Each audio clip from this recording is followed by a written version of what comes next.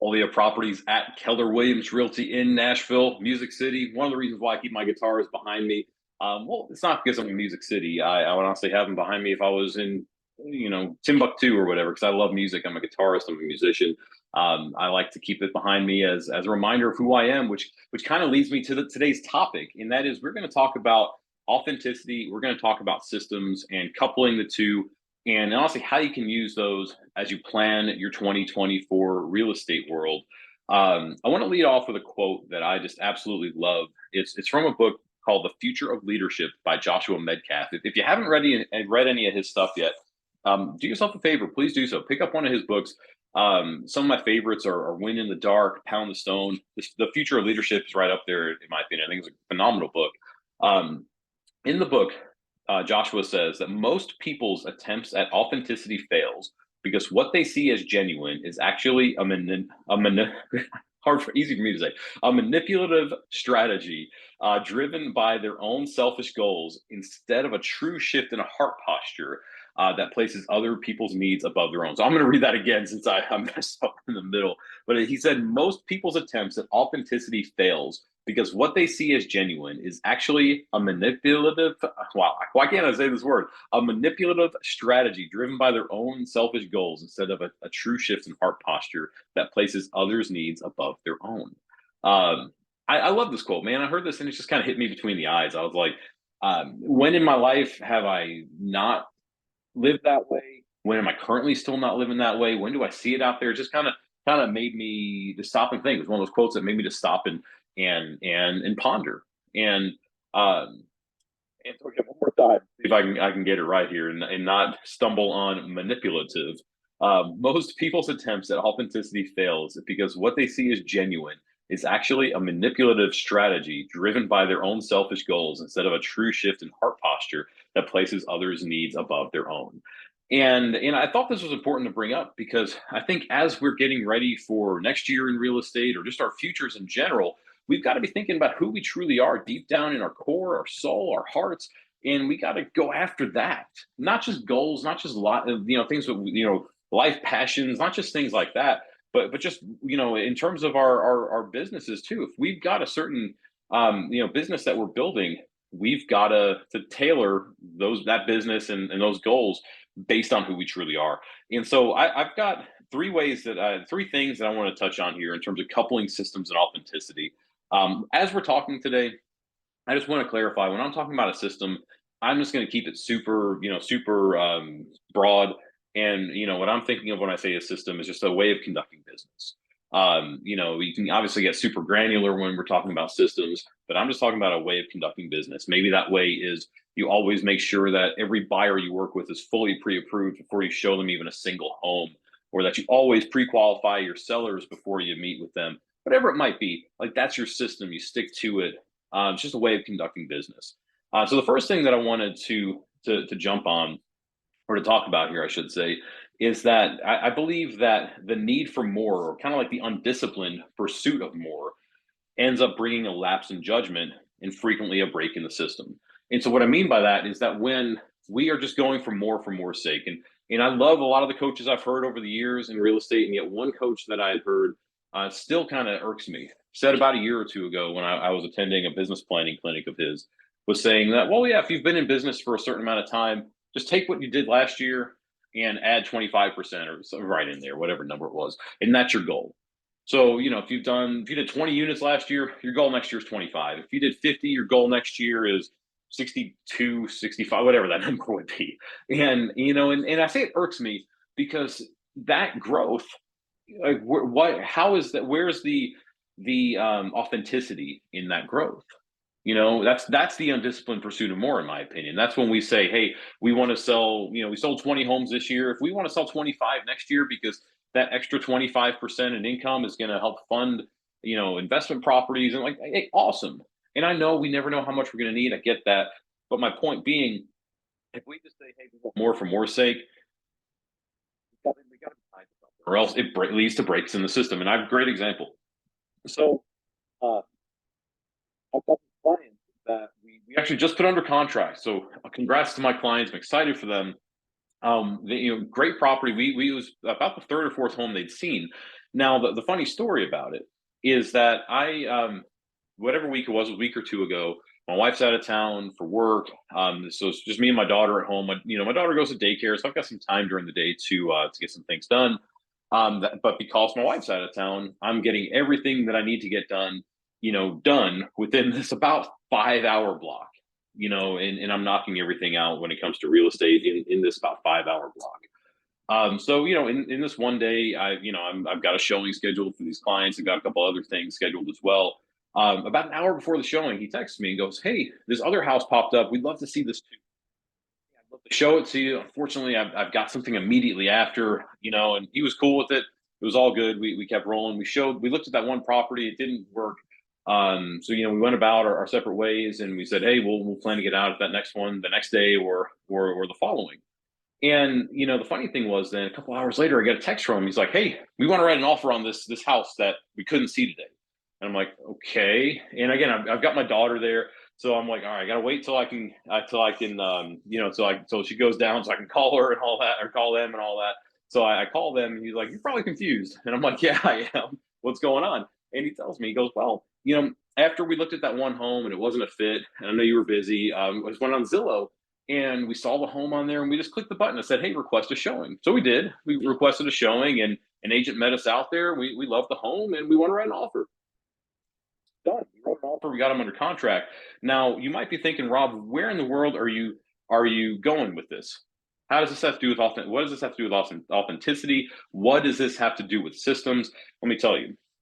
So, and obviously, I don't know who this other agent was, and thank you to anonymous Zillow agent who showed this home because that sold the home, got me a sale here, and so I appreciate that. And yet, what I'm getting at is that agent right there. My clients told me after the fact, they were like, "That guy was trying, man. He was trying really hard to build rapport, and almost trying a little too hard. If you catch what I'm trying to say and what I'm putting out there in terms of trying to build rapport and trying to take them on as a client." Even though I already had my systems in place. They had signed with me before we looked at anything. Gotten them fully pre-approved with my lender, and we're good to go, right? Like we're full systems ahead. We're rocking and rolling. This other agent pop tarted out there, went out and showed them the property. Tried really hard, but it was a break in his system. This guy did not have a system in place to make sure that if he was spending his time to show that property, that it was going to be that it could possibly work out for him. It wasn't his listing. He couldn't take on that buyer. He just wasted his time. And so my point being that undisciplined pursuit of more, that I need that next sale. I need this, I need that for whatever reason, leads to breaks in systems. Now, if again, there's a huge difference between that and then that guy getting that Zillow lead and calling them and saying, "Hey, I would love to show you this home. Are you working with an agent already?" To where they could say, "Yeah, I have. I'm already signed with them. I'm committed to that agent." And he could say, "Hey, cool. Well, that agent's got to show you the property then."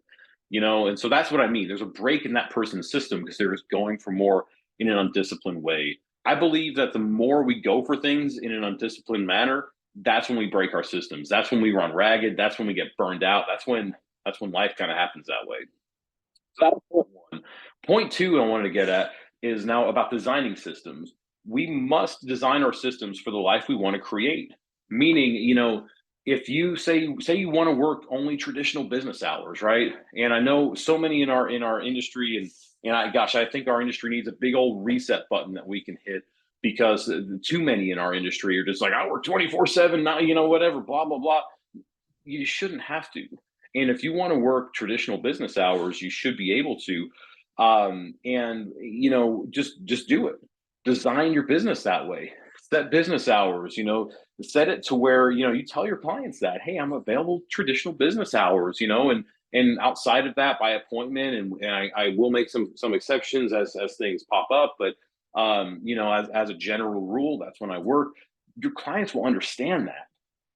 But you've got to design your systems for the life you want to create. Again, if that's the life you want. Now, no, like for instance, that system, there's going to be a trade-off for it.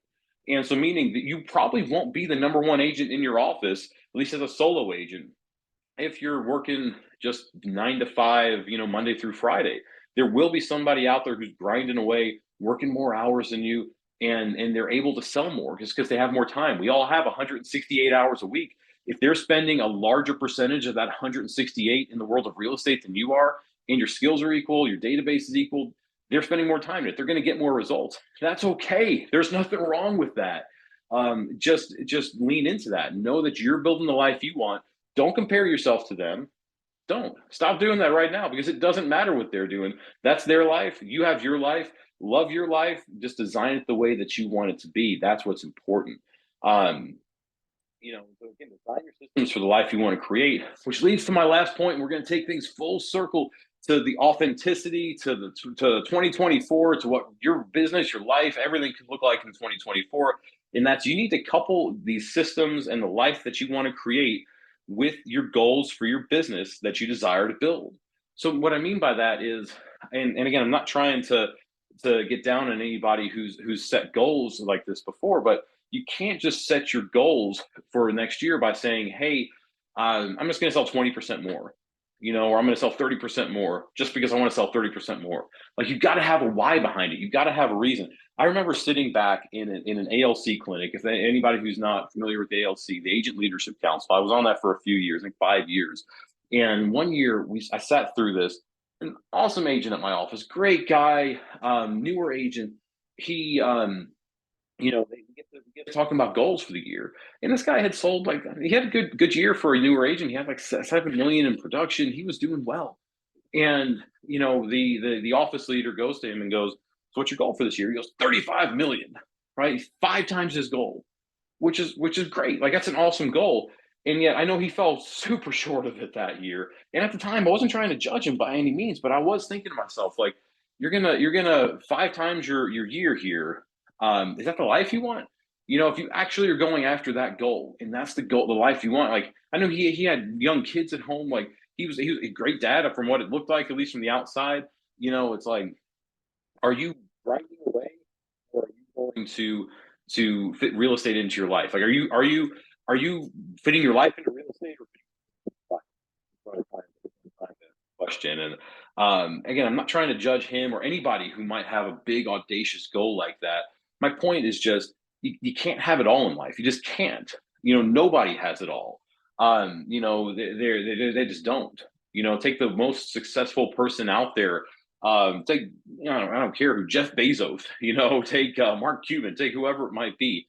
They can't have it all. There are things that I have or you have, or take Mark Cuban, one of the other sharks on Shark Tank. There's things that they have that he just can't have because they're not his. Nobody can have it all. You've got to get clarity on what it is that you want, and couple these systems that we're talking about with the authenticity of what you truly want to build your life and your goals for next year. There's going to be, in my opinion, a lot of people over the next 12 months that decide to get out of real estate.